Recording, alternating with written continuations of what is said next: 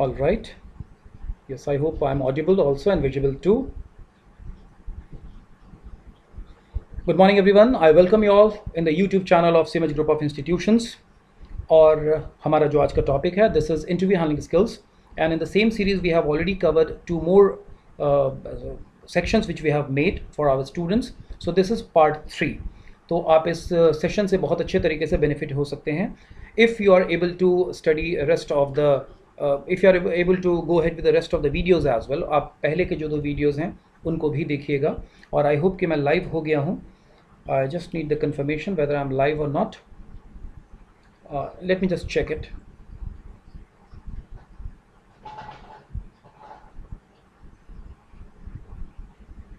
Let me just check it. There are some technical issues, I suppose. All right. So I'm live. I'll be starting it now. So I welcome you all once again formally in the video lecture series of Simaj Group of Institutions. As I already mentioned that we are on with interview handling skills. और इस particular session में हम आपसे बात करेंगे interview को कैसे handle किया जाए. For your kind information, this is the 3rd video in the same series. और 2 वीडियोज़ इसके पहले हम ऑलरेडी अपलोड कर चुके हैं जिसमें इंटरव्यू हैंडलिंग स्किल से रिलेटेड चीज़ों के बारे में बताया गया है. ये सेशन उसकी तीसरी कड़ी है. So if in order to understand the things in totality, बेहतर होगा कि आप सिमज ग्रुप के पेज पर जा करके उन 2 वीडियोज़ को भी एक बार स्टडी कर लें, आपको मदद मिलेगी. Before I start, I would like to tell you that this very session is going to be very useful for the students of final year. क्योंकि आप फाइनल ईयर में हैं, then you will be appearing for interviews, campus placement हो या फिर आप खुद से कहीं जाएं. बिकॉज ये जो वीडियो सीरीज़ है आर्यभट्ट नॉलेज यूनिवर्सिटी के स्टूडेंट के हिसाब से और किसी भी यूनिवर्सिटी के स्टूडेंट के हिसाब से काम आने वाली है. रीज़न बहुत सिंपल है, क्योंकि फाइनल ईयर के बाद बच्चों को इंटर्नशिप के लिए जाना पड़ता है. वहाँ भी फॉर्मल राउंड्स ऑफ इंटरव्यूज़ होते हैं. या फिर फाइनल ईयर के बाद जब बच्चे जाते हैं then they are suppose to go ahead with the job also. तो जब जॉब के लिए जाते हैं तो वहाँ भी इंटरव्यू की ज़रूरत तो पड़ती ही है. ये तीसरा सीरीज़ है, as I have already mentioned. Now I will move ahead with the things.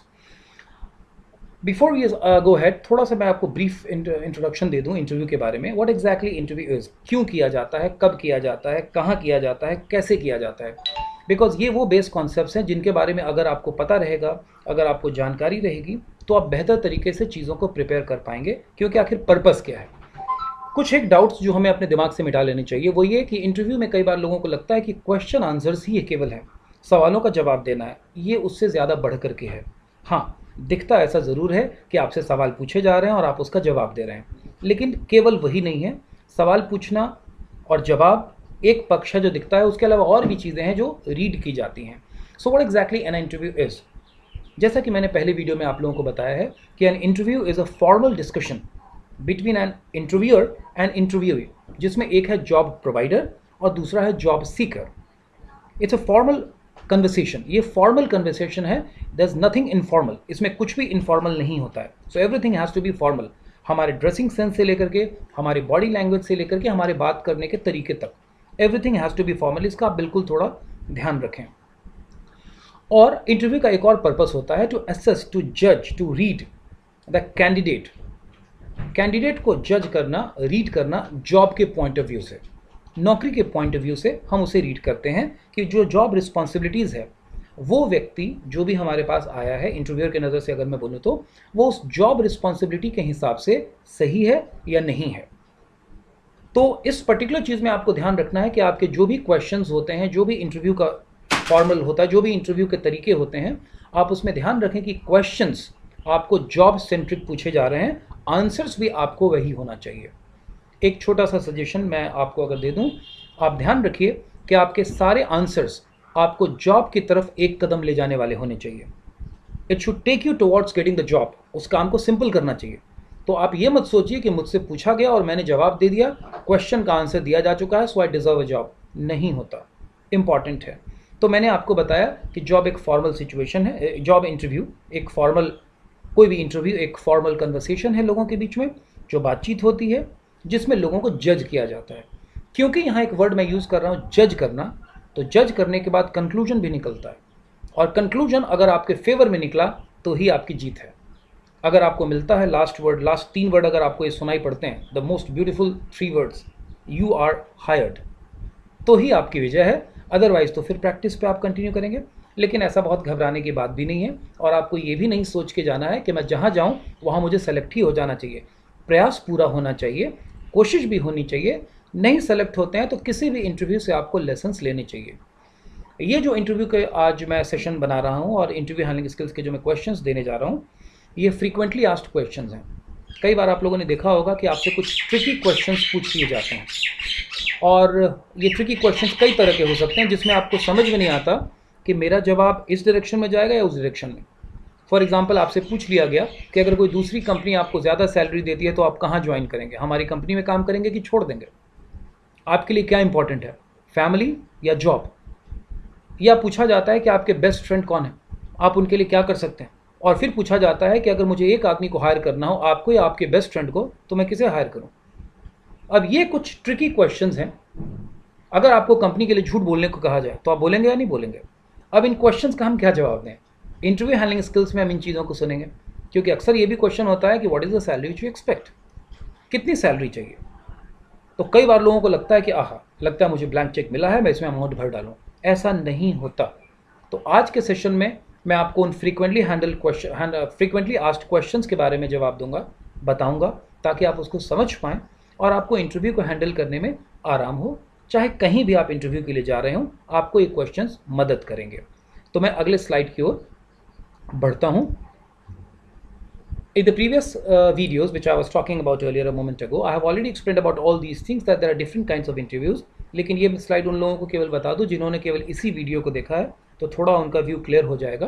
क्योंकि लगता है कि केवल जॉब इंटरव्यू के लिए है तो इंटर्नशिप में काम नहीं आएगा, या कुछ लोग नौकरी में हैं तो उन्हें लगेगा कि स्टूडेंट्स के लिए बताया जा रहा है, क्योंकि पोदार सर ने बोला कि फाइनल ईयर के स्टूडेंट्स के लिए, तो मेरे लिए काम का तो नहीं है, सबके काम का है और इसके कुछ ना कुछ हिस्से आपको काम में आ ही जाएंगे। जॉब सेंट्रिक तो है ही, हमारा अप्रोच ही वही है। डिफरेंट काइंड्स ऑफ इंटरव्यूज़ होते हैं, चाहे वो पर्सनल इंटरव्यूज़ हो, ग्रुप इंटरव्यूज़ हो, या फिर प्लान्ड इंटरव्यू हो, अनप्लान्ड इंटरव्यूज़ हो, ऑनलाइन इंटरव्यू हो, ऑफलाइन इंटरव्यू हो, टेलीफोनिक इंटरव्यूज़ हो, स्काइपी वगैरह जैसे टूल पर इंटरव्यूज़ हो। इंटरव्यूज़ के अलग अलग फॉर्मेट्स हैं, लेकिन मोर और लेस उसमें एक ही बात होती है कि 1 to 1 बात होता है, बातचीत की जाती है। अब आप कहेंगे नहीं सर, कभी तो पैनल इंटरव्यू होता है। बिल्कुल सही है कि जहाँ 3-4 लोग बैठते हैं और आपसे बात करते हैं, लेकिन एट ए टाइम आपको एक ही आदमी से उनमें से बात करना होता है, 4 लोग हों तो भी। तो इंटरव्यू के अगर इन क्वेश्चंस को आप लोग समझेंगे तो आपको प्रिपरेशन करने में बहुत आसानी रहेगी और इंटरव्यू में काफ़ी मदद मिलेगी। मैं आपको अगर इन चीज़ों को बताऊं, तो जैसा कि मैं बात कर रहा था कि बेसिक जो है इंटरव्यू का और इंटरव्यू को कैसे हैंडल किया जाता है, इसके बेसिक्स ऑलरेडी मैं वीडियो 1 में अपलोड कर चुका हूं। सिमच कॉलेज के यूट्यूब पेज पर अगर आप आएंगे तो आपको ये वीडियोज़ मिल जाएगा। और भी सब्जेक्ट्स के सारे ट्यूटर्स हैं, जो टीचर्स हैं, प्रोफेसर्स हैं, वो अपने वीडियोस डाल रहे हैं, आपको मदद मिल जाएगी। इंटरव्यू के बारे में भी आपको मदद मिल सकती है। आप इस वीडियो को देख लें, ये वीडियो 1 है, इससे आपको बेसिक क्लियर हो जाएगा। नाउ इस वीडियो के बाद हम लोगों ने बात की थी कि इंटरव्यू में हमारा बॉडी लैंग्वेज क्या होना चाहिए, पॉजिटिव बॉडी लैंग्वेज क्या है, किस तरह से हम एक स्ट्रॉन्ग मैसेज दे सकते हैं, कॉन्फिडेंट मैसेज दे सकते हैं, प्लीजेंट पर्सनैलिटी के बारे में बात कर सकते हैं, किस तरह से हम अपने आंसर और अपने कमिटमेंट में एक रिदम बिठा सकते हैं, ये बता सकते हैं कि हम एक सिंक में हैं, हम कॉन्फिडेंट हैं। बॉडी लैंग्वेज के बारे में भी कुछ बेसिक चीज़ों के बारे में, फॉर्मल ड्रेसिंग सेंस के बारे में आप लोगों को मैंने वीडियो 2 में बताया है। तो अगर आप लोग उस पर्टिकुलर वीडियो को देखेंगे तो आपको उससे मदद मिल जाएगी। उसमें मैंने आपको डूज़ एंड डोंट्स वगैरह के बारे में भी बताया है कि इंटरव्यू के दौरान किस तरह की चीज़ों को करना चाहिए, नहीं करना चाहिए। ये हमारा आज का विषय नहीं है, ये मैं आपको पिछले वीडियोज़ में ऑलरेडी बता चुका हूँ। इसलिए मैं आपको सलाह दे रहा हूँ कि आप वीडियो 1 के अलावा वीडियो 2 को भी ज़रूर देखिएगा, आपको मदद मिलेगी चीज़ों को समझने में। अब हम इसके आगे बढ़ना शुरू करते हैं, और जैसा कि मैंने बोला कि मैं आज आपसे बात करूंगा फ्रीक्वेंटली आस्क्ड क्वेश्चंस के बारे में। 2 चीज़ों को बता दूं, ये वो क्वेश्चंस हैं जो ज़्यादातर संभावना है लोगों से पूछे ही जाते हैं, लेकिन कोई हार्ड एंड टफ रूल नहीं है कि मुझसे यही सवाल पूछे जाने चाहिए और यही सवाल पूछे जाएंगे। इंटरव्यू के दौरान जो कन्वर्सेशन होता है दैट इज़ डायनामिक। सिचुएशन, स्थिति, परिस्थिति के हिसाब से अलग अलग क्वेश्चंस पूछे जा सकते हैं, लेकिन जिन क्वेश्चंस के बारे में बात कर रहा हूँ ज़्यादातर ये क्वेश्चन पूछे जाते हैं। और अगर आपने इन चीज़ों का क्वेश्चन का आंसर प्रिपेयर कर रखा है तो आपको काफ़ी मदद मिल जाती है। तुरंत उसी वक्त आपको सोचना नहीं पड़ता, एनालाइज नहीं करना पड़ता, आप थोड़े वेल प्रिपेयर्ड होते हैं। ऑलराइट, तो इसके लिए मैंने आपको जो दूसरा वीडियो था उसके बारे में मैंने आपको परिचय दिया। अब हम लोग अपनी आज की क्लास आगे शुरू करेंगे, और जैसा कि मैं बार बार बता रहा हूँ, we are going to go ahead with the frequently asked questions, जिसके बारे में मैं आपको बता चुका हूँ। ये वो क्वेश्चंस है जो लोगों से बार बार पूछे जाते हैं, और पहला क्वेश्चन ही जो आपके सामने रख दिया जाता है often, that is introduce yourself. That is introduce yourself, जो पहला क्वेश्चन ही हो जाता है, अपने बारे में बताइए। यहाँ मैं आपको थोड़ा सा कुछ बेसिक इंफॉर्मेशन दे दूं कि ये जो सवाल है इंट्रोड्यूस योरसेल्फ, ये सवाल, आई होप कुछ वीडियो को लेके दिक्कत आ रही है, कोई बात नहीं, अगर मेरे ऑडियो से आपका काम हो जाए तो काम हो जाएगा। ये जो सवाल है कि इंट्रोड्यूस योरसेल्फ, इस पर्टिकुलर सवाल में आपसे जब पूछा जाता है कि अपने बारे में परिचय दें, तो ये हिसाब से देखा जाए तो दुनिया का सबसे हल्का सवाल है, क्योंकि आपको इसमें अपने बारे में बताना होता है, और अपने बारे में तो आप ही बेहतर बता सकते हैं। पिछले क्लासेस में हमने इसी सवाल को लिया था, और इस सवाल के बारे में जब हम कवर कर रहे थे सेल्फ इंट्रोडक्शन का, तो हमने देखा था कि इस सवाल को कई तरीके से हमसे पूछा जा सकता है, और वो तरीका हो सकता है इंट्रोड्यूस योरसेल्फ, या tell me something about yourself, या फिर let me know something about yourself. ये तरीके हो सकते हैं, और आपसे इनको पूछा जा सकता है कि अपने बारे में मुझे बताइए। मेरे सामने वीडियो यहाँ फ्रीज़ हो गया है, बट मैं एक्सपेक्ट करता हूँ कि शायद आप तक जो स्लाइड मुझे पहुँचानी है वो पहुँच रही होगी। थोड़ी टेक्निकल बाधा है, तो अगर वीडियो चल रहा होगा तो अच्छी बात है, नहीं तो यहाँ वीडियो का डिस्प्ले नहीं हो रहा है। आप स्लाइड पर फोकस करें, अगर वीडियो डिस्प्ले रुक गया है तो मैं जो बोल रहा हूँ वो ज़्यादा इंपॉर्टेंट है। Now the next point is that कि ये जो सवाल आपसे पूछा जाता है कि इंट्रोड्यूस योरसेल्फ, या tell me something about yourself, या let me know something about yourself, या किसी और तरीके से भी अगर आपसे ये सवाल पूछा जाता है, तो इस सवाल में हम लोग दो तरीके से इंफॉर्मेशन प्रोवाइड कर सकते हैं। और वो तरीका हो सकता है, एक तो तरीका हो सकता है कि क्वेश्चन के जवाब में हम रिलेवेंट इन्फॉर्मेशन प्रोवाइड करें, और दूसरा हो सकता है कि हम इरेलेवेंट इन्फॉर्मेशन प्रोवाइड करें। बताने की ज़रूरत नहीं है कि इरेलेवेंट इन्फॉर्मेशन इलॉजिकल है, तो हम हर हालत में रिलेवेंट इन्फॉर्मेशन ही प्रोवाइड करेंगे। मैं यहाँ पर बच्चों से चाहूँगा कि आप एक स्क्रीनशॉट इसका ले लें वीडियो रोक करके, ताकि आगे आप इन चीज़ों को प्रिपेयर कर सकें। ये जो सारी चीज़ें एक सीक्वेंस में बताई गई हैं, जिसमें आप अपने नाम को बताते हैं, एज वगैरह को बताते हैं। एज के लिए मैं इसलिए बोल रहा हूँ कि कई बार लोगों से इंटरव्यू के दौरान उनका एज पूछा जाता है तो वो कैलकुलेट करने लगते हैं, कंफर्म नहीं हो पाता कि एग्जैक्ट है कि नहीं है। तो बेहतर है कि इसको याद रखें कि आप कितने साल के हैं, क्या हैं, ताकि आप कॉन्फिडेंटली अपनी बातों को रख सकें। इसी की तरह से वेयर अबाउट, आप एग्जैक्टली कहाँ से बिलोंग करते हैं, अगर इसे भी अगर आप देख लेते हैं तो आप इसे मेंशन उसमें कर सकते हैं, इसे जोड़ा जा सकता है। नेक्स्ट चीज़ जिसके बारे में हम बात कर रहे हैं कि एजुकेशनल क्वालिफिकेशन के बाद अगली बात जो आती है वो टेक्निकल क्वालिफिकेशंस की आती है। जो टेक्निकल क्वालिफिकेशंस आपके पास है उसकी बात आती है। टेक्निकल क्वालिफिकेशन का मतलब हुआ कि पढ़ाई के साथ साथ यूनिवर्सिटी या डिग्री कोर्स के साथ आपने किन किन चीज़ों की स्टडी की है, उसकी बात आती है। अगर आप टेक्निकल क्वालिफिकेशंस में जो आपने कोर्स किया है उसके अलावा भी कई बार हम कुछ काम करते हैं। फॉर एग्जांपल हो सकता है कि आपने BCA का कोर्स किया है या BBA का कोर्स किया है, लेकिन उसके अलावा अतिरिक्त भी कोई टेक्निकल नॉलेज आपने गेन किया है, तो उसके बारे में आप ज़रूर बताएं कि मैं ये काम भी कर सकता हूँ। ये आपकी तकनीकी योग्यता के बारे में बात हो सकता है। हो सकता है कि आप BCA के स्टूडेंट हो लेकिन टैली पर भी आपने कमेंट किया हो, बताएं, बताने में कोई नुकसान नहीं होता है। हो सकता है कि आप BBA के ही स्टूडेंट हो लेकिन शौकिया आपने कोई IT का कोर्स भी कर रखा हो, सर्टिफिकेशन कोर्स, बताएं, इसका नुकसान नहीं होता है। और उसके बाद हम लोग अगली बात कर रहे थे वर्क एक्सपीरियंस के बारे में। अगर कोई आपके पास वर्क एक्सपीरियंस है तो आप उसका जिक्र करें, और अगर नहीं है तो उसे आप स्किप कर सकते हैं, उससे कोई बहुत ज़्यादा फर्क नहीं पड़ता। वर्क एक्सपीरियंस हो तो बताना है, नहीं हो तो इससे बहुत ज़्यादा नुकसान की संभावना उसमें नहीं आती है। अगले पॉइंट को अगर हम लोग बात करें तो उसके बाद हम थोड़ा निजी हो जाते हैं। निजी मतलब हिसाब से ही आपको अपनी बेसिक इन्फॉर्मेशन को प्रोवाइड करना है। निजी से मेरा मतलब है मेरी हॉबीज़ क्या है, मेरे शौक क्या हैं, मुझे क्या अच्छा लगता है, मेरे आइडियल पर्सन कौन है, मैं किस तरह के अप्रोच का व्यक्ति हूँ। ये सारी इन्फॉर्मेशन आप दे सकते हैं, ये सारी इन्फॉर्मेशन दी जा सकती है। तरीके से हमको देना है, सिस्टमेटिक ऑर्डर में देना है। वैसे मैं कोशिश करूँगा कि अगले स्लाइड में आपको एक एक सवाल को मैं डिटेल में जवाब दे सकूँ कि आखिर उसका जवाब होना क्या चाहिए। उसके बाद जो अगली चीज़ आती है वो चीज़ आती है हमारी फैमिली से रिलेटेड, हमारे परिवार से related. Tell me something about your family का जब हम जिक्र करते हैं तब बात आती है कि परिवार में कौन कौन लोग हैं और हम इन चीज़ों को डील करेंगे। Excuse me, I am sorry for that. Now next, let's come to the next slide. अब अगले स्लाइड की ओर हम लोग बढ़ते हैं। ये हमारा सेल्फ इंट्रोडक्शन से रिलेटेड था। अब एक एक क्वेश्चन के बारे में बात करते हैं। कई बार इंटरव्यूअर आपसे इंट्रोडक्शन लेने के बाद अगले सवाल पर आ जाते हैं कि tell me something about academic background, या फिर वो बात करते हैं tell me something about educational qualifications, अपने एजुकेशनल क्वालिफिकेशंस के बारे में बताइए या एकेडमिक बैकग्राउंड के बारे में बताइए। यहाँ पर आपको थोड़ा अच्छे तरीके से प्रिपेयर्ड रहना है, क्योंकि यही वो इम्पॉर्टेंट चीज़ है जो आपके क्वालिटी को प्रूव करती है और आपको जॉब के लिए रिलेवेंट बनाती है, क्योंकि आपने पढ़ाई लिखाई की है फॉर पर्पस, आपका एक पर्पस है पढ़ाई लिखाई करने का। एजुकेशनल क्वालिफिकेशंस में आपके पास दो ऑप्शंस होते हैं, एक तो आप डिसेंडिंग ऑर्डर में आ सकते हैं, दूसरा आप असेंडिंग ऑर्डर में जा सकते हैं। डिसेंडिंग असेंडिंग से मेरा मतलब है घटते हुए क्रम में या बढ़ते हुए क्रम में। बढ़ते हुए क्रम में जब हम बात शुरू करते हैं तो अपनी मैट्रिकुलेशन से बात करते हैं हम लोग, फिर इंटरमीडिएट के पास जाते हैं और उसके बाद हम ग्रेजुएशन, और उसके बाद अगर आप पोस्ट ग्रेजुएशन के स्टूडेंट हैं तो जाते हैं। और दूसरा तरीका होता है कि हम अपने हाईएस्ट क्वालिफिकेशन से नीचे आना शुरू करते हैं। अगर आप पीजी के स्टूडेंट हैं तो पीजी कोर्स का जिक्र करेंगे, या फिर अगर पीजी के नहीं है तो ग्रेजुएशन का जिक्र करेंगे जो आपका हाईएस्ट बनता है, और उसके बाद इंटरमीडिएट और उसके बाद मैट्रिकुलेशन। इस तरीके से आप आते हैं। कुल मिलाकर के मैट्रिकुलेशन के नीचे आने की ज़रूरत नहीं पड़ती, ये पहली बात को ध्यान रखें।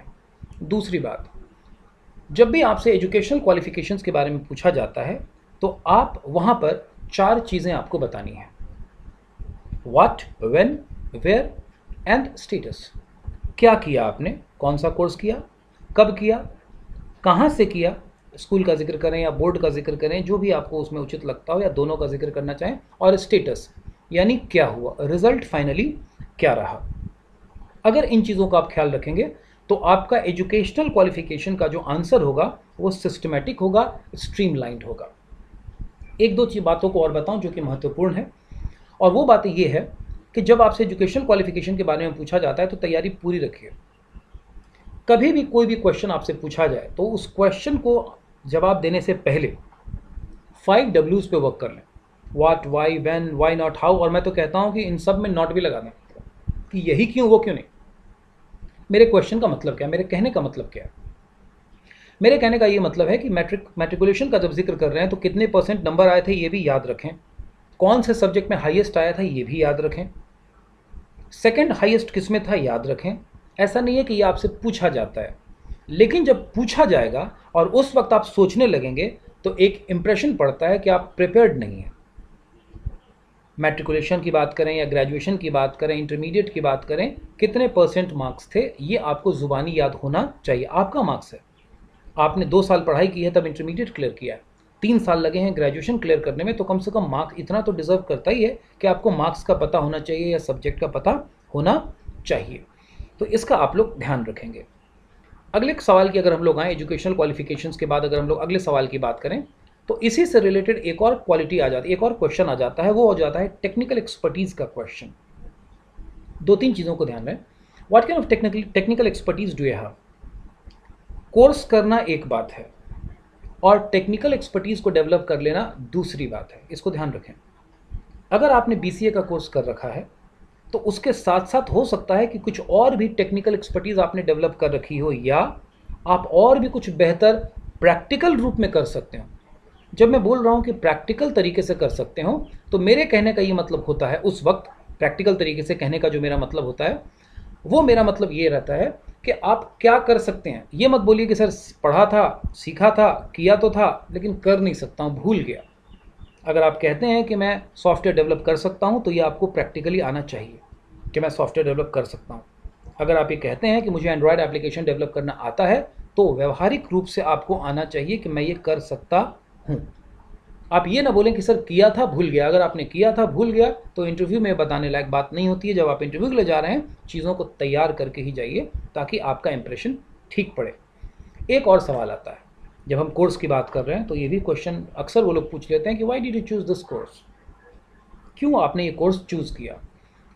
यहाँ अक्सर लोग गड़बड़ा जाते हैं। कई एक लोग अपने ड्रीम में खो जाते हैं कि सर मैं तो डॉक्टर बनना चाहता था, हो नहीं पाया तो यहाँ चला। ठीक है, आप मेडिकल की तैयारी कर रहे थे या कोई और भी कोर्स की तैयारी कर रहे होंगे जो आपकी पहली चॉइस होगी, लेकिन आपने वो नहीं किया बिकॉज ऑफ एनी रीजंस, कोई भी रीज़न हो सकते हैं। पॉइंट ये है कि जब आप ये इंप्रेशन देते हैं कि मैं वो करना चाहता था और ये तो मजबूरी में कर रहा हूँ, तो जब आपने चूज़ कर ही लिया है ये कोर्स और अब आपको करियर इसी में बनाना है तो आप पुरानी यादों से क्यों जुड़े हुए हैं। इसीलिए आप अपना गोल बनाएं कि जब आपने IT का कोर्स ले लिया, ठीक है कि पहले आप कुछ और बनना चाहते थे, अब आपका विजन क्लियर होना चाहिए। 3 साल आपने पढ़ाई किया, अब आप नौकरी के लिए आए, कंपनी आपसे पूछ रही है आपने ये कोर्स क्यों लिया, और अगर आपने कहा कि सर मजबूरी में, पिताजी ने ज़बरदस्ती करवा दिया, तो definitely you are not going to score well. अगर आपको किसी ने डांट के भी कोर्स करवा दिया, तो आप इस बात को ध्यान रखें कि अब आप उसमें अपनी पसंद खोजें, उसे पसंद बनाएं। बेमन से आप कुछ नहीं कर सकते। जब यही डेस्टिनी है तो अब इसी रास्ते पर विलिंगली चलने की कोशिश करिए, पुरानी बातों को छोड़ दीजिए। तो अगर आपसे पूछा जाता है कि why did you choose this course, तो डेफिनेटली आप अपने उसमें इंटरेस्ट को बताइए कि मुझे इस पर्टिकुलर डोमेन में इंटरेस्ट था, मुझे इस फील्ड में दिलचस्पी थी, और इस तरह की बातों को अगर आप बताएंगे तो लगेगा कि आपने एक मनपसंद काम किया है, कोर्स किया है, और कंपनी में भी अच्छा काम करेंगे। इमेजिन कीजिए मैं कहूँ कि मुझे कंप्यूटर इसलिए सीखना पड़ा क्योंकि मुझे पिताजी ने डांट दिया, बड़े भैया ने डांट दिया, और मैं आईटी कंपनी के पास जॉब के लिए आया हूँ, तो पहला ही इंप्रेशन पड़ेगा कि भाई आपको कंप्यूटर विषय में इंटरेस्ट नहीं है, आप काम भी दिल लगा के नहीं करेंगे। तो इसको ध्यान रखें कि क्यों आपने ये कोर्स किया है। यहाँ 1-2 बात और भी होती है कि इंटरमीडिएट तक हो सकता है कि आपके कोई और सब्जेक्ट्स हों जो बहुत ही आपको पसंद आते हैं, चांसेस हैं कि इंटरमीडिएट तक आपने कोई पर्टिकुलर सब्जेक्ट को लिया। अब उसके बाद स्ट्रीम चेंज हो गया, मान लिया बायोलॉजी आपने लिया था और अब आप आ गए हैं बीसीए में। तो यहाँ सवाल होगा कि इंटरमीडिएट तक आपने बायोलॉजी लिया, कि आप उस फील्ड में जाना चाहते थे, और इसके बाद एकाएक आपने कंप्यूटर में क्यों आ गए, कंप्यूटर को क्यों आपने चूज़ किया। बता भी सकते हैं कि यस 12th, बी ऑनेस्ट, झूठ तो बोलना नहीं है, बता सकते हैं कि 12th तक मेरा ये डिज़ायर था कि मैं मेडिकल लाइन में जाऊँ, बाद में मैंने अपने नॉलेज को और डेवलप किया, एक्सप्लोर किया, तो मुझे लगा कंप्यूटर इज़ माई फील्ड। इस तरीके से आप बता सकते हैं। तो क्वेश्चन की तैयारी पूरी रखिए, थोड़ा उस पर सोच लें, तैयार करें। अगले अगर हम लोग सवाल की बात करें, क्योंकि मैं हर एक सवाल को एक एक करके ले रहा हूँ और काफ़ी सवाल हैं, वी हैव गॉट अप्रॉक्सीमेट 120 के आसपास क्वेश्चंस हैं, जिन क्वेश्चन को अगर आप तैयार कर लीजिएगा तो इंटरव्यू को हैंडल कर पाना बहुत आसान हो जाएगा, क्योंकि इंटरव्यू के दौरान आपको ज़्यादातर क्वेश्चन जाने पहचाने लगेंगे, और 2-4 नए क्वेश्चंस भी अगर आपको मिलते हैं, तो अगर आपने इन क्वेश्चंस को वर्क किया है, इन क्वेश्चन के डब्ल्यूज पे वर्क किया है, what, when, why, where, why not, how not, तो आप बाकी क्वेश्चंस को भी बहुत ईजिली हैंडल कर पाएंगे फॉर श्योर। अगला क्वेश्चन आता है कि व्हाट इज़ ए हॉबी। मैंने पहले भी बोला है और दोबारा बोलता हूँ, कभी भी किसी क्वेश्चन का जवाब देते हैं तो केवल उस क्वेश्चन को मत सोचिए, उससे रिलेटेड अगले क्वेश्चन की तैयार करिए। इन क्वेश्चन में जब मैं आपको पढ़ा रहा हूँ और एक्सप्लेन कर रहा हूँ तो ये भी बता देता हूँ कि ज़्यादातर बच्चे गलतियाँ क्या कर देते हैं। इन क्वेश्चन में एक गलती हो जाती है कि लोगों को लगता है कि क्वेश्चन पूछा गया है कि हॉबी, तो मैं एक लाइन का जवाब दे देता हूँ, my hobby is reading books. मान लिया उन्होंने दे भी दिया, और हो भी सकता है, उनको लगता है कि क्वेश्चन पूछा गया, मैंने जवाब दे दिया। अब तुरंत से अगला क्वेश्चन आता है, which book did you read the last, who is your favourite author, और अब उनको लगता है कि ये तो सोचा नहीं था। तो मेरी सलाह है आपको, हॉबी पर पूरा वर्क करें। You are doing a serious work. जब आप नौकरी के लिए निकले हैं, it is a very serious work, don't take it lightly. आप इसको लाइटली और हल्के से बिल्कुल मत लीजिए। आप तैयारी पूरी रखिए। आपकी जो हॉबी है बताएं। अगर आपकी 4-5 हॉबी है तो आप देख लें कि कौन सी हॉबी है जिसका आप जिक्र करना चाहेंगे। हॉबीज़ आपकी एक्टिव हॉबी हो सकती है और पैसिव हॉबी भी हो सकती है। एक्टिव हॉबी यानी जिसमें आप इन्वॉल्व होते हैं। फॉर एग्जाम्पल, अगर आप कहते हैं कि आप एक्सरसाइज करते हैं, एक्टिव हॉबी है। अगर आप कहते हैं कि आप कुछ लिखते हैं, एक्टिव हॉबी है, क्योंकि क्रिएटिव काम कर रहे हैं। लेकिन अगर आप बोलते हैं कि मैं मूवी देखता हूँ, ठीक है, आप देखते हैं, अच्छी बात है, लेकिन ये एक्टिव हॉबी की कैटेगरी में नहीं आई। एक बच्चा बोलेगा मैं गाना गाता हूँ, तो एक्टिव हॉबी है, कम से कम कुछ कर भी रहा है। और वो बोलेगा गाना सुनता हूँ, हॉबी है, लेकिन सुनने का ही काम कर रहा हूँ, मैं मोहम्मद रफ़ी को कितना भी सुन लूँ, एक टेस्ट डेवलप करूँगा, सिंगर शायद न बनूँ। तो आप ध्यान रखें कि कौन सी हॉबी को बोलना चाहते हैं। कोई भी हॉबी गलत नहीं है, ये मैं क्लियर कर दूँ। अगर आपकी हॉबी मूवी देखना है, सीरियल देखना है, गाने सुनना है, बुरा कुछ भी नहीं है इसमें, अनलेस आप कुछ अनएथिकल काम करते हो, तो गलत आदतों को तो बिल्कुल छोड़ दीजिए। तो अगर हॉबी का क्वेश्चन हो तो हॉबी के आसपास आप अपने क्वेश्चंस को तैयार कर लें। कैसे तैयार कर लें, मैं आपको कुछ सजेशन दे देता हूँ। सपोज करिए अगर आपने कहा कि मेरी हॉबी है मूवी देखना, तो रेलेवेंट क्वेश्चन जो आ सकते हैं कि कौन सी मूवी आपने लास्ट देखी, 2-3 मूवी का नाम बताइए, कौन सा हीरो अच्छा लगता है, उस फिल्म की स्टोरी क्या थी। ये इंग्लिश में बोलने की तैयारी आप कर लें। अगर आप बोलते हैं माई हॉबी इज़ ट्रैवलिंग, तो कहाँ कहाँ ट्रैवल किया, क्या अच्छा लगा। Travelling doesn't mean going abroad. अगर आप अपने गांव भी जाते हैं, अगर आप अपने नानी के यहाँ भी जाते हैं, तो ट्रैवलिंग ही है। एक शहर से दूसरे शहर भी जाते हैं तो ट्रैवलिंग ही है। वहाँ क्या अच्छा लगा, वहाँ क्या बुरा लगा, दोनों में कौन सी चीज़ें आपको ठीक लगी, दोनों में डिफरेंस क्या लगा। बेसिकली आप कोई भी क्वेश्चन जब पूछते हैं, जब आपका जवाब देते हैं, तो ऑब्जर्वेशन ये किया जाता है, ऑब्जर्व ये किया जाता है कि आपकी एबिलिटी क्या है चीज़ों को ऑब्जर्व करने की। फॉर एग्जाम्पल, अगर आप कहते हैं कि मुझे घूमना अच्छा लगता है, ट्रैवलिंग अच्छा लगता है, तो कहाँ कहाँ गए, दोनों शहरों में क्या डिफरेंस आपको लगा। ये ऑब्जर्वेशन बेस्ड क्वेश्चंस हैं। तो अगर आप अपनी कुछ भी हॉबी बनाते हैं तो देख लें, मेरी सलाह ये होगी कि सारे हॉबीज़ को बताने की ज़रूरत नहीं है कि मेरी 5 हॉबीज़ है और आपने पूछा तो मेरी ड्यूटी बनती है, ऐसा नहीं है। आप 1-2 हॉबी को बता सकते हैं और उसके अलावा बताने की ज़रूरत नहीं है, काफ़ी है। 1 भी बता सकते हैं, 2 भी बता सकते हैं, और अगर आप कंफर्टेबल फील करें, ज़्यादा बताना चाहें, बता सकते हैं, कोई उसमें बुरी बात भी नहीं है।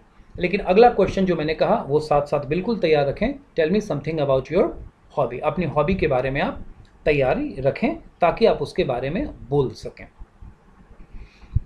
इसके बाद हम अगले क्वेश्चन को लेते हैं। ये भी एक ट्रिकी क्वेश्चन है क्योंकि अक्सर बच्चे इसके बारे में तैयारी नहीं करते हैं और एकाएक उनके ऊपर सवाल आ जाता है। और ये क्वेश्चन है रिलेटेड स्ट्रेंथ्स और वीकनेसेस से, कि आपका स्ट्रेंथ क्या है और आपका वीकनेस क्या है। मैंने आपको पहले भी बताया था, जब अभी थोड़ी देर पहले हम लोग सेशन की शुरुआत कर रहे थे, तो मैंने बताया था कि सेल्फ इंट्रोडक्शन में हम कई एक चीज़ों को बताते हैं। और कई बार क्या होता है कि जब इंटरव्यूअर्स आपके सामने होते हैं तो आप जो क्वेश्चन देते हैं they build up on those very questions. आप ही के क्वेश्चन से वो अगला सवाल निकालना शुरू कर देते हैं और उसी पर बातचीत चलनी शुरू हो जाती है। तो इसमें अगला क्वेश्चन कई बार आता है कि आपकी स्ट्रेंथ क्या है और वीकनेस क्या है। इस क्वेश्चन को जब आपने सुना तो एक्चुअली में थोड़ा सोचिए कि आपकी स्ट्रेंथ क्या है और वीकनेस क्या है। इंटरव्यूअर के सामने मत सोचने लगिए कि लाइफ में पहली बार मुझे क्वेश्चन मिला। और जब आप सोचते हैं तो मैं कुछ क्लूज भी दे देता हूं, तो आप अच्छे तरीके से नतीजे पर पहुंच पाएंगे कि वो स्ट्रेंथ क्या है और आपको कैसे मालूम कि वो स्ट्रेंथ आप में है। यानी अगर वो स्ट्रेंथ आप में है तो आप अपने पास्ट इंसिडेंट से उसको प्रूव कर पाएंगे।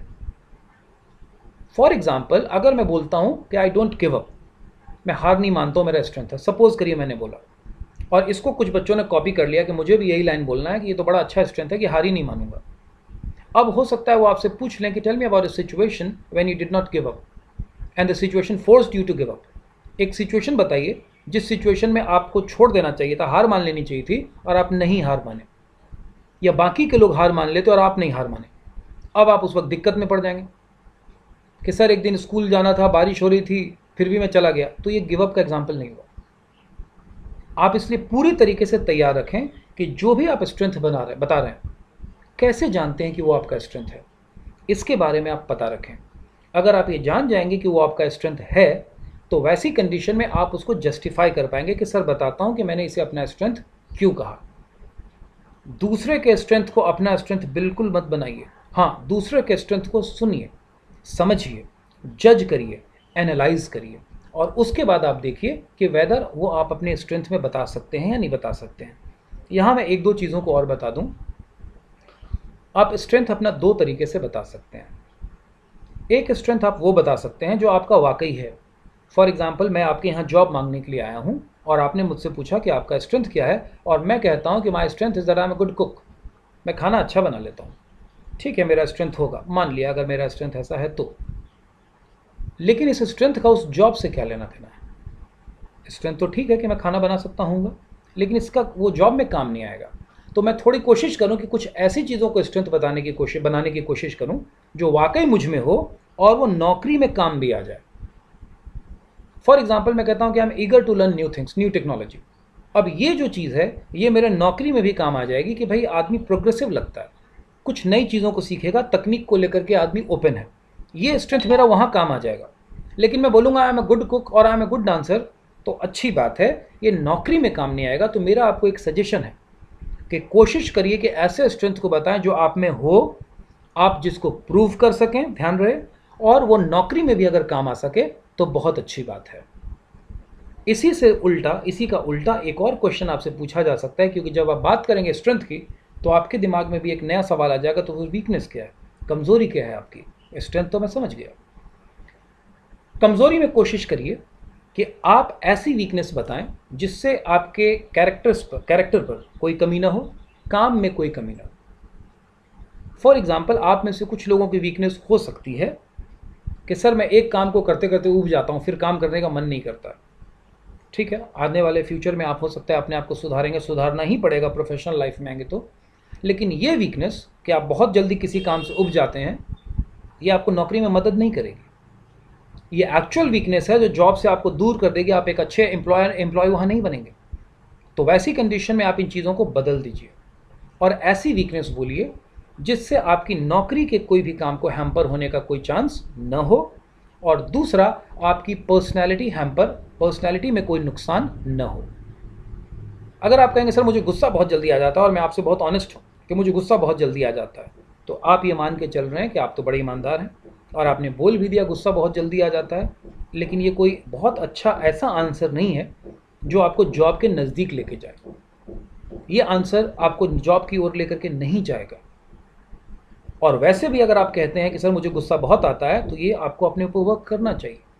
आपको अपने ऊपर वर्क करना ही होगा, क्योंकि प्रोफेशनल लाइफ में आपको गुस्सा नहीं होना होगा, आपको काम को हैंडल करना होगा।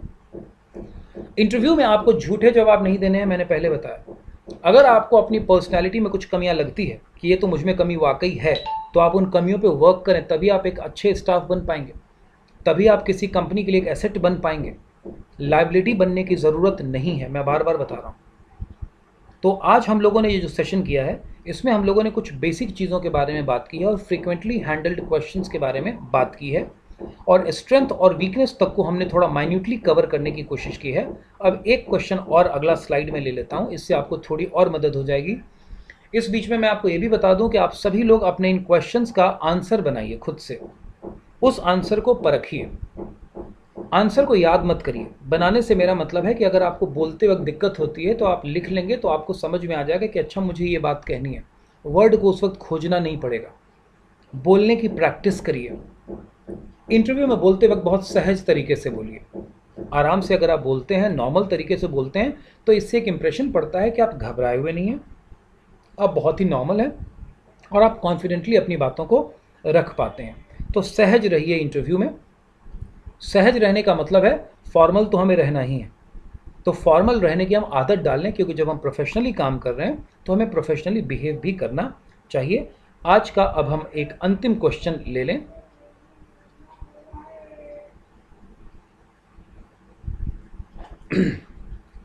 ये भी एक क्वेश्चन इंपॉर्टेंट है। आप सभी लोग जहाँ पर हैं, कई बार आपसे पूछ लिया जाता है, सपोज अगर आप नौकरी के लिए दिल्ली चले गए, बैंगलोर चले गए, बाहर चले गए, या कंपनी ही बाहर की आ गई है कोई, तो ये क्वेश्चन तो आपसे वो उम्मीद करती है कि भाई आप कहाँ के रहने वाले हैं। आपका कॉलेज पटना में है, या हो सकता है कि आप बाहर में कहीं इस वीडियो को देख रहे हो, कहीं और राज्य के दूसरे हिस्सों में रहते हो। तो इंटरव्यूअर जब आते हैं या जब आप उनके पास इंटरव्यू के लिए जाते हैं, तो कई बार वो पूछ लेते हैं कि tell me something about your locality, आप जहाँ के हैं वहाँ के बारे में बताइए। ये एक कॉमन सेंस का सवाल है कि जहाँ मैं रहता हूँ, जिस शहर का मैं हूँ, जिस इलाके का मैं हूँ, उसके बारे में मुझे पता तो होना चाहिए। तो आप इस पर 10-20 लाइन अच्छे तरीके से तैयार रखें कि आपको उस इलाके के बारे में क्या बोलना है। यहाँ पर 2-3 बातों को मैं कहना चाहता हूँ कि आपका संस्थान मान लिया पटना में है और आप रहते हैं मोतिहारी में, क्योंकि पटना में दूसरे हिस्सों से भी आकर के लोग रहते हैं। तो जो बच्चे पटना में रहते हैं उनसे ये भी सवाल हो सकता है कि tell me something about Patna, या इन जनरल किसी से भी हो सकता है, बिहार के बच्चों से, बिकॉज पटना कैपिटल है, राजधानी है, तो आपको पता होना चाहिए। लेकिन अगर आप किसी बाहर के प्रदेश से आए हैं, जैसा कि मैंने बोला दूसरे ज़िलों से आए हैं, चाहे मोतिहारी से आए हो, समस्तीपुर से आए हो, कहीं से भी आए हो, तो आपसे ये भी सवाल पूछा जाएगा, tell me something about Samastipur, tell me something about Motihari, tell me something about Purnia. तो आपको ये भी पता रखना चाहिए।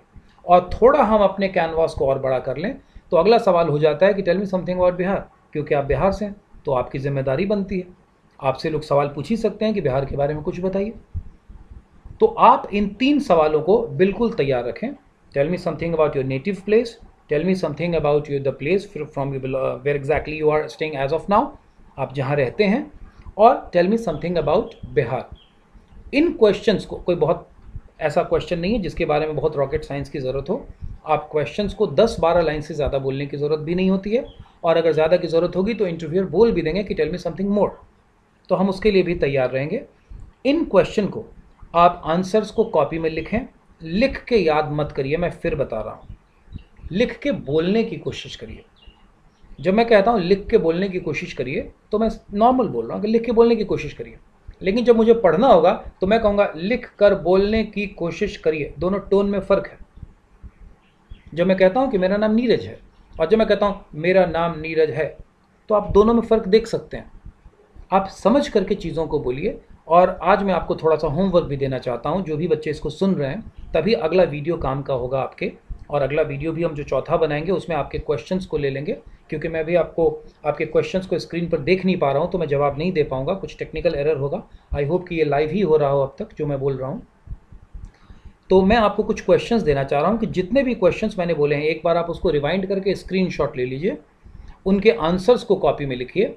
और आपके पास भी मोबाइल है, मैंने पिछली बार भी आप लोगों को सलाह दिया था कि मोबाइल कैमरा को रख करके उसमें अपनी वीडियो को रिकॉर्ड करिए और बाद में उस वीडियो को देखिए। और जब देखिए तो इंटरव्यूअर के नज़र से देखिए कि इंटरव्यूअर को इसमें क्या कमी दिख रही होगी, किन चीज़ों को मैं और सुधार सकता हूँ, किन चीज़ों को मैं और बेहतर कर सकता हूँ। तो ये प्रैक्टिस अगर आप करेंगे तो ये सेशन आपको बहुत मदद करेगा। और आपके जो क्वेश्चंस हैं, क्योंकि अभी हमने कुछ ही क्वेश्चंस को लिया है, अभी हमारे पास लगभग 120-130 क्वेश्चंस और हैं जो मैं आपके साथ शेयर करना चाहूँगा, जिन पे डिस्कशन करना चाहूँगा, ताकि आप वेल प्रिपेयर्ड रहें। और इन क्वेश्चंस को हम लोग आने वाले क्लासेस में कवर करेंगे। इस बीच अगर आपके भी कोई क्वेश्चंस हो तो आप लिंक में भेज सकते हैं या आप रिस्पॉन्स में डाल सकते हैं। आप अपने चीज़ों को हमें मैसेज कर सकते हैं और अगली क्लास में हम उनको अकोमोडेट करने की कोशिश करेंगे। हम चाहेंगे कि क्लास एक ऑर्डर में चले, ताकि हम 1 बाय 1 करके चीज़ों को लेके चलेंगे तो चीज़ें सिंक में रहेंगी। और इस वीडियो को आप अपने दोस्तों के साथ भी शेयर कर सकते हैं, जानकारों के साथ शेयर कर सकते हैं, किसी को मदद मिलेगी और वो अपने आप को थोड़ा और बेहतर कर पाएंगे। तो इसी के साथ आज इस सेशन को हम ख़त्म करेंगे। And thank you so much for watching our live video. सिमज कॉलेज का ये प्रयास था, उम्मीद है आप लोगों को मदद मिलेगी। धन्यवाद। Have a good day. आपका दिन शुभ हो। Thank you.